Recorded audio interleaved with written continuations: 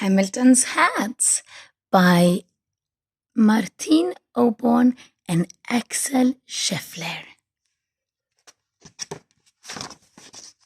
Ooh, so many hats. And there's Hamilton. Hamilton the pig was very fond of hats. He had big hats, small hats, tall hats, floppy hats, stripy hats, feathery hats, and suitable for every and any occasion sort of hats. In fact, he had so many hats that you would need more than all your fingers and toes to count them. When Hamilton the pig's mom saw Hamilton messing about in his hats, she worried.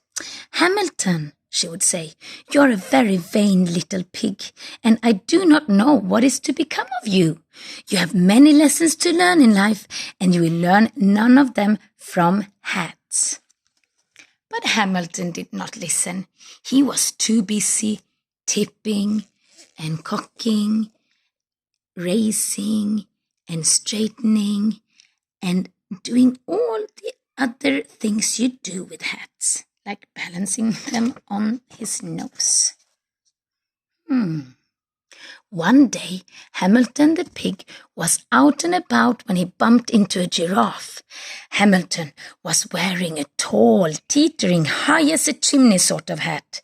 "My hat makes me almost as tall as you," he said to the giraffe. The giraffe snorted, and with one fell swoop, snatched up the hat and flipped it onto her head. "Indeed, a very fine hat," she said, ignoring the hot, cross piglet below. "I should like to keep it for myself. But if you're really determined to get your hat back, you must climb up my long, long neck to get it." Hamilton looked up at the giraffe's long, long legs and her long, long neck. It is not easy for little pigs to climb, but Hamilton did want his hat back, and so he decided to do it. It was horrid. The giraffe kept wriggling her neck because she said Hamilton was so tickly. But Hamilton was determined, and so, at last, he got his hat. "Whee!" he cried as he slid down the back of the giraffe's neck and bumped onto the ground. "I am a very determined pig, and I have my hat." The next day, Hamilton the pig was out and about when he came across a crocodile. Hamilton was wearing a fierce, pointy, snap-your-tail-off sort of hat. "My hat makes me almost as fierce as you," he said to the crocodile. The crocodile yawned, and with a quick slurpity-slurp, snuffled the hat deep inside his mouth. "Indeed, a very gobblesome hat. I should like to eat it for my dinner," drawled the crocodile, ignoring the raging pink piglet. "But if you're really brave enough to get your hat back, you must come inside my hungry, hungry jaws to get it." Hamilton looked at the crocodile's hungry, hungry jaws and his hungry, hungry smile. It is not easy for little pigs to jump inside a crocodile's mouth, but Hamilton did want his hat back, and so he decided to do it. It was terrifying. The crocodile kept licking his lips because he said Hamilton was so tasty. But Hamilton was brave, and so, at last, he got his hat. "Hurrah!" he shouted as he leapt off the crocodile's tongue and ran off as fast as he could. "I am a very determined and brave pig, and I have my hat." The next day, Hamilton the pig was out and about when he met a band of monkeys. Hamilton was wearing a round, bouncy, let's play catch sort of hat. My hat makes me almost as playful as you, he said to the band of monkeys. The monkeys laughed, and with a quick flick of the tail, one monkey swiped the hat and threw it to his friend. Indeed, a very fun hat. We should play with it every day, cried the monkeys, ignoring the angry piggy in the middle. But if you're patient, you can have it back when we are finished. Hamilton watched the monkeys throw his hat high and high into the air. It is not easy for little pigs to be patient, but Hamilton did want his hat back, and so he decided to do it. Poor Hamilton, it was boring.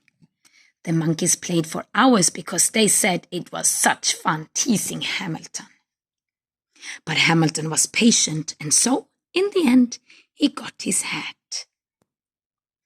At last, he sighed, and he said goodbye to the monkeys and plodded off. I'm a very determined, brave, and patient pig, and I have my hat.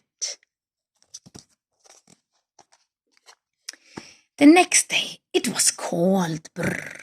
Hamilton the pig was out and about, as usual, when he spied a tiny mouse. Hamilton was wearing a soft, teeny, let's cuddle up sort of hat. My hat makes me almost as small as you, he said to the mouse. The tiny mouse sniffed and looked up at the hat. A slow, miserable tear rolled down her cheek. Oh. What's the matter? Asked Hamilton. I'm cold and have no house to live in. Your hat looks so cuddly and warm. It would be just the thing to curl up inside on a winter's night. You want to sleep in my hat? Squealed Hamilton, horrified. Oh, no, said the tiny mouse. I could not possibly ask you to be so kind as to give me your hat. Hamilton looked at the mouse as she limped unhappily away. It is not easy for little pigs to be generous, and Hamilton did not want to give his hat away, but he decided to do it. It was nice.